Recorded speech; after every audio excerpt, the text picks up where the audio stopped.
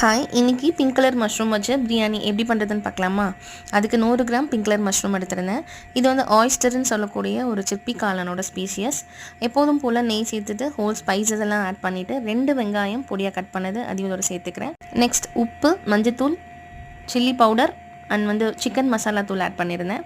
இதெல்லாமே நல்லா வதக்கிட்டு மசாலாவில் நெக்ஸ்ட் நறுக்கி வச்சுருக்க 2 பழமான தக்காளி அதையும் இதோடு சேர்த்து நல்லா கம்ப்ளீட்டாக இது குக் ஆனதுக்கப்புறம் நம்ம க்ளீன் பண்ணி வச்சுருக்கிற அந்த ஆயிஸ்டர்னு சொல்லக்கூடிய பிங்க் கலர் மஷ்ரூம் அதையும் இதோட சேர்த்து ஃபுல்லாக வதக்கிடலாம்.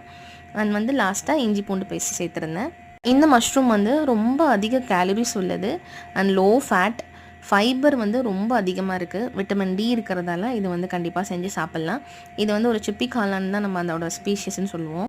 நெக்ஸ்ட்டு பொடியாக கட் பண்ண புதினா கொத்தமல்லி அதுவும் இதோட சேர்த்து நல்லா வதக்கிட்டு அண்ட் ஊற வச்சுருக்க ரைஸ் அதையும் இதோட சேர்த்து நான் 4 tumbler rice எடுத்துருந்தேன்.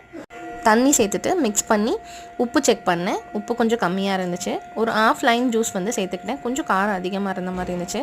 So of Lime ஜூஸையும் புழிஞ்சிட்டு ஃபுல்லாக கம்ப்ளீட்டாக மிக்ஸ் பண்ணி க்ளோஸ் பண்ணி 2 விசில் விட்டுருந்தேன். நார்மலாக பண்ணக்கூடிய மஷ்ரூமுக்கும் இதுக்கும் நிறைய டிஃப்ரென்ஸ் இருந்துச்சு. அண்ட் இதை சிவ் பண்ணி சாப்பிட்ற மாதிரி நல்லா இருந்தது. அண்ட் டேஸ்ட்டுமே நல்லா வந்துருந்துச்சு. இந்த மாதிரி டைப்பில் வாங்கியிருந்தீங்கன்னா கண்டிப்பாக செஞ்சு பாருங்கள். இறக்க போகும்போது கொஞ்சமாக நெய் சேர்த்துட்டு இறக்கும் போது இன்னுமே நல்லா வாசமாக இருந்துச்சு. 2 விசிலுக்கு அப்புறம் ப்ரெஷர்லாம் ரிலீஸ் ஆனதும் ஓப்பன் பண்ணி பார்த்தேன். நல்லாவே வந்துருந்துச்சு. டேஸ்ட்டுமே நல்லா இருந்துச்சு. கண்டிப்பாக இதை வாங்கினா ட்ரை பண்ணி பாருங்கள். மறக்காமல் சக்திஸ் கிச்சனை ஃபாலோ பண்ணிவிடுங்க. தேங்க்யூ ஃபார் வாட்சிங்.